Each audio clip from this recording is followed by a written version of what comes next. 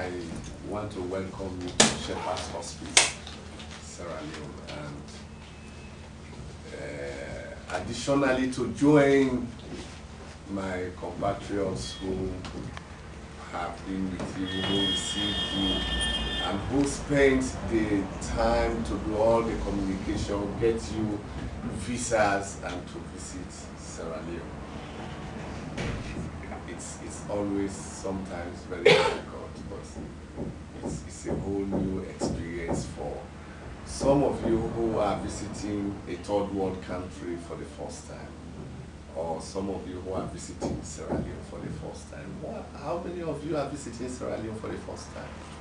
All except two. Wow! Except two! Thank you. And I came 3 years ago. Thank you. Well, the Shepherd Hospice, we are a non-denominational Christian organization founded in 1994, responding to the increasing need for palliative care at that time, especially when patients were diagnosed with chronic diseases, including cancer and HIV and AIDS, and the skills among medical professionals to provide terminal care or provide pain management or pain relief was all that's lacking.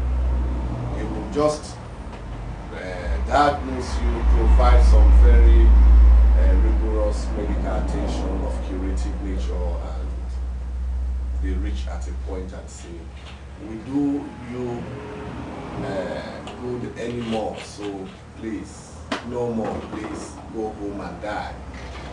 And that situation got very alarming when the epidemic of HIV started increasing.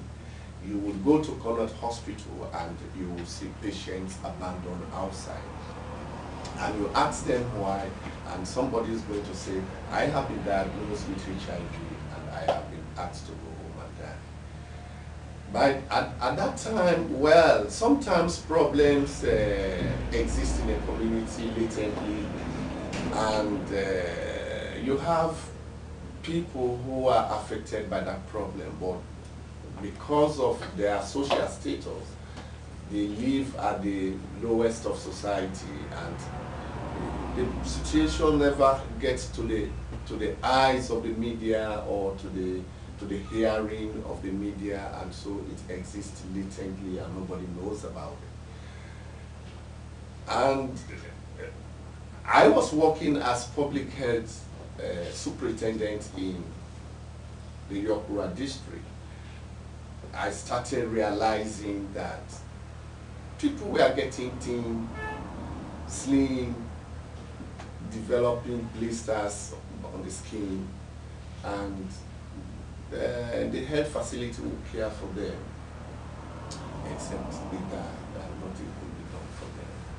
And a group of them who were abandoned at Connaught Hospital would go to Togo, and they lived in a small, isolated community on the outskirts of the village in thatched roofs. So I identified about 17 of them of different chronic conditions. And I started visiting them, listening to them about their diagnoses, about their disease conditions, about how they have sought health care, and why we all live together in a small, isolated community on the outskirts of Togo. Well, I just thought a group of people were really socially excluded from our healthcare system. That was just what dawned on me. And I found mission in that. I said, but something has to be done, even when cure is not possible. Well, I never knew about palliative care at that time. But I have identified the problem, And I took it from the human right perception that somebody is excluded and somebody must be included in the healthcare delivery system. I engaged other public health officials in dialogue to see what could be done. And we organized a voluntary group of nurses, community health officers, and had a medical doctor to see how that effort could be given a medical supervision. And that was just how we started visiting patients. We started visiting. At first we could visit, treat them, call them together, and pray with them. So that is really how it all started. So, and then, is the facility here, is it all on one site? No, well, this is really an outpatient facility for palliative care. You are identified in any facility in Freetown with chronic disease of terminal nature. You then would be referred to this center.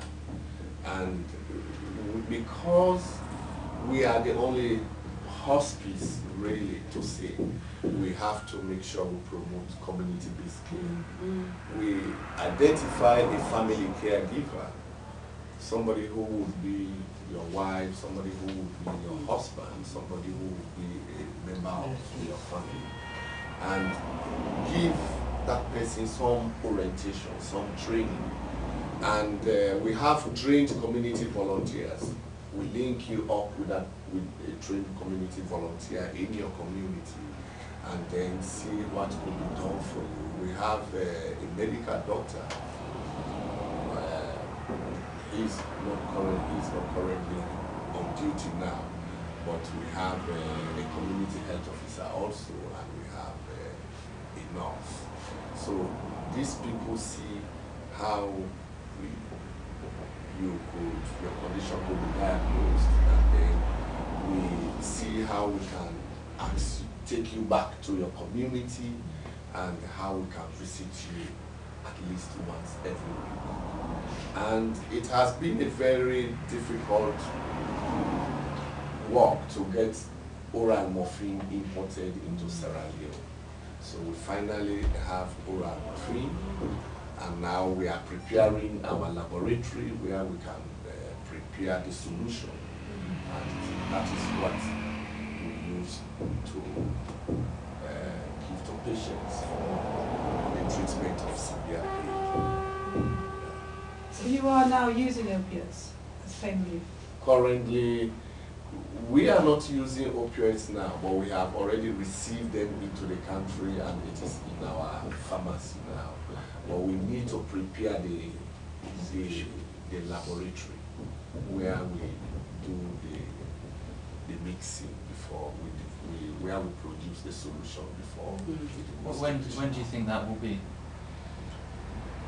2 weeks from now. We're at a very historic time. Yeah. So what do you use for pain relief at the moment? Currently, we have not much. We have a diclofenac and Panadol, and that's what. So it's not all effective. I think I'd read that there was already some morphine-based treatment being available here in this country, but you're saying that it hasn't been possible until now. No, it has not been possible. And but the government has changed its mind. Is that why? That is it. Yeah, the government used to be very much strict on oral morphine. Because of the fear of addiction? That is it, because of the fear of addiction. But myself, I had a project with the Open Society Institute, it was funded by the Open Society Institute. It's a fellowship program, 2-year fellowship program for international pain policy fellows, and I am one. So the University of Wisconsin worked with us to see how we